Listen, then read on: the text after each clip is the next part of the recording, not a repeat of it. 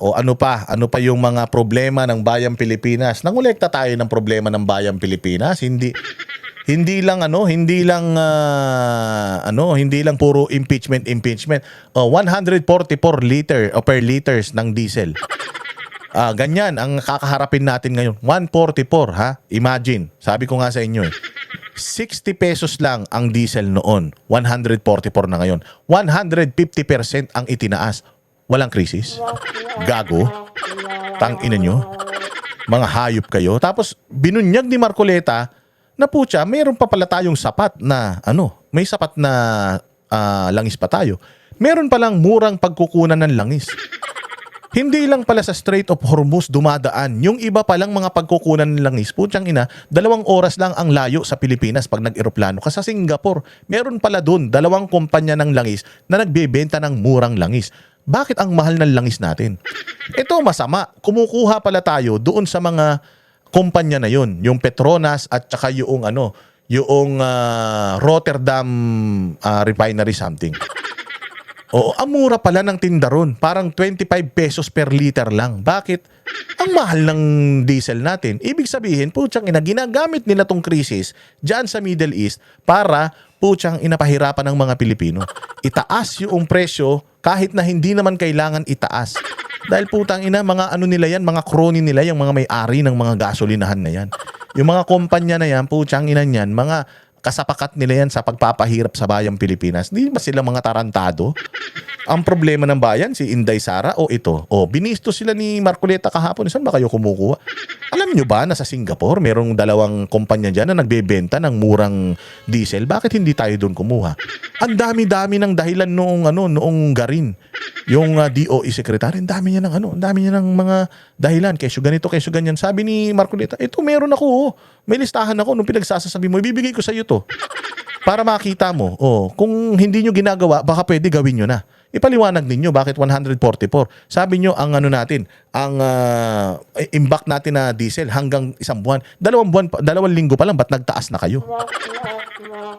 Huli sila sa akto.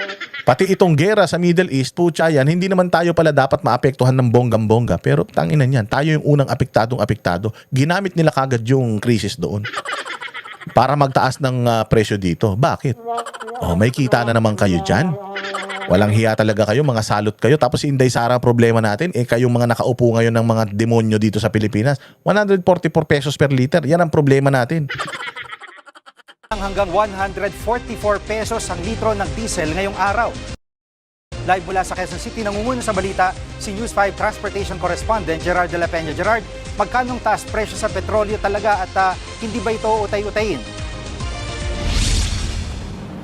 Jiggy, ayon sa Department of Energy ay 15 to 18 pesos ang itinaas ng kada litro ng diesel, 8 to 12 pesos naman ang sa gasolina at nasa 12 pesos hanggang 22 pesos naman ang kada litro ng kerosene. Kaya naman, ang pump price ng diesel ay umaabot na mula 107 hanggang 144 pesos, depende do sa klase ng diesel, 82 hanggang 112 pesos naman ang kada litro ng gasolina at 165 pesos naman ang kada litro ng kerosene. Yung tungkol naman do sa tanong mo kung ito ay utay-utay, may mga oil companies na nagpatupad ng staggered increases o yung utay-utay na pagtaas nga ng presyo. Pero merong iba naman na ginawa itong isang bagsak, Jiggy.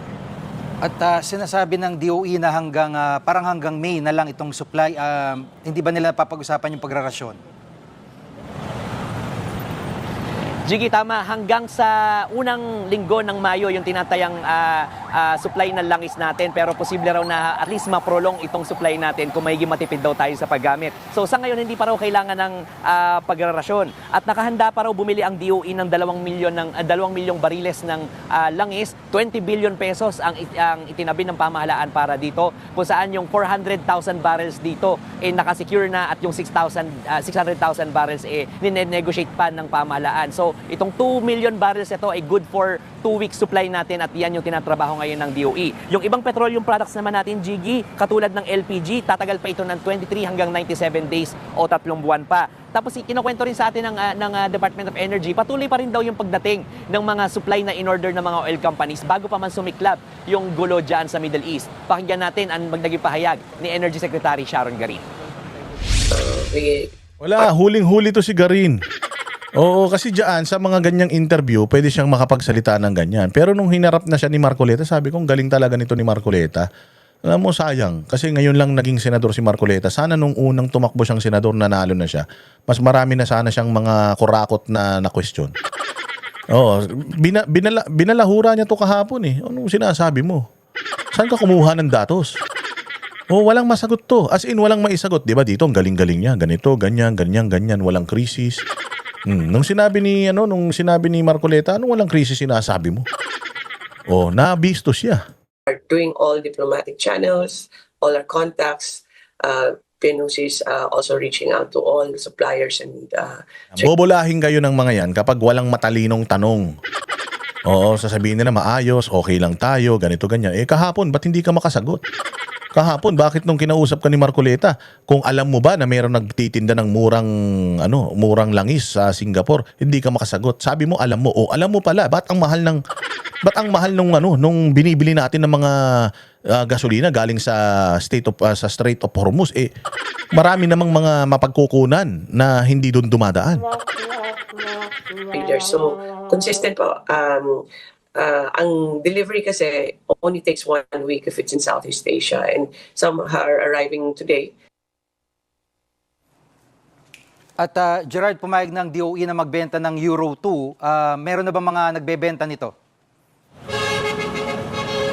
Jiggy, sa ngayon wala pa tayong alam na oil company na nagbebenta nitong Euro 2. Pero alam mo, nagpahayag na ng konting parang reservation yung iba't ibang grupo tungkol dito. Ang sabi ng ilang oil companies, mukhang mahihirapan sila magbenta nito kasi kailangan pa magkaroon ng investment sa karagdagang tangke sa mga gas stations. Tapos itong Automotive Association of the Philippines, medyo sinabi nila na parang baka mauwi ito sa pagkasira lamang ng makina ng ibang mga sakyan. Pakinggan natin ang kanilang pahayag.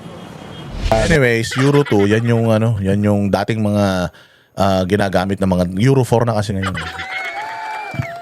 Ay, nako. Oh, ano pa problema? Ano pa problema ng Pilipinas? Walang hiya kayo, ha? Oh. Yan ang banatero, walang inuurungan. Pag tama palakpakan, pag mali ay babanatan. Yan ang banateros, boses ng ordinaryong Pilipino. Banateros ay walang makakaawan, walang inuurungan. Banateros ay tinutulungan, mga ordinaryong Pilipino. Bawat mali tinututukan, handang ituwid mga baliko, kasagutan sa tanong matino. Banateros ay hindi hihinto, sa tungkulin di mabibigo. Yan ang banateros, walang inuurungan. Pag tama palakpakan, pag mali ay babanatan. Yan ang banateros, boses ng ordinaryong Pilipino.